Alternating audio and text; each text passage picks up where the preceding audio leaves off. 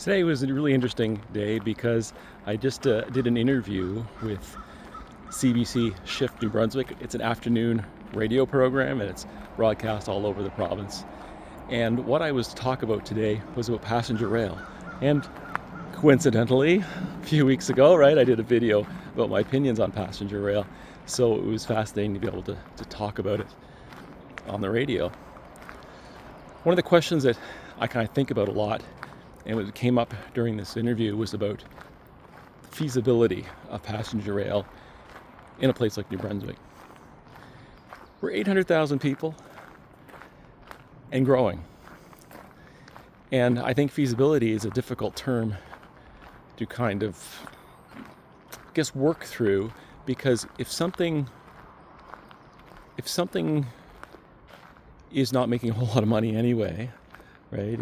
If you've got a thing like a transit system or passenger rail, which is going to cost you money, at what point does that become feasible as an investment? 10% cost recovery? Does it have to be profitable? I don't know. But I don't want to discount some of these ideas if, by the fact that we invest in something, let's say we invest in as a country in passenger rail, let's say we invest in transit, let's say we invest more into stations. Let's get focused on what the outcome is. Is the outcome to provide an alternative for people who don't drive? Or is it to be a better alternative to help the transition from driving? If that's our aim, and I think that's a pretty good one, because we've really achieved our vision for an automobile-centric society. I mean, this was something that we wanted.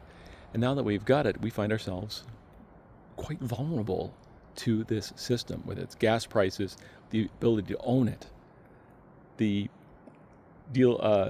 fact you have to get insurance and maintenance and all this other stuff, right?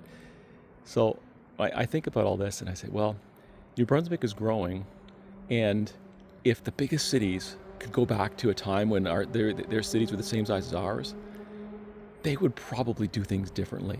They would probably invest in transit more. They'd probably invest in some of these other options because they would see it as an investment to try to avoid some big capital costs in transportation and road infrastructure in the future. So I'd love to see us do that. I'd love to see us just leapfrog the bigger cities and look at what it means to invest in some of these other approaches. And if we can find $80 million for an interchange, or if we can find $100 million for this type of building or this type of stadium or whatever, surely we can find ways to look differently at the type of transportation systems that we potentially could invest in. I'm going to put the link to that interview with CBC in here somewhere so you can follow along, and let's see where this conversation goes.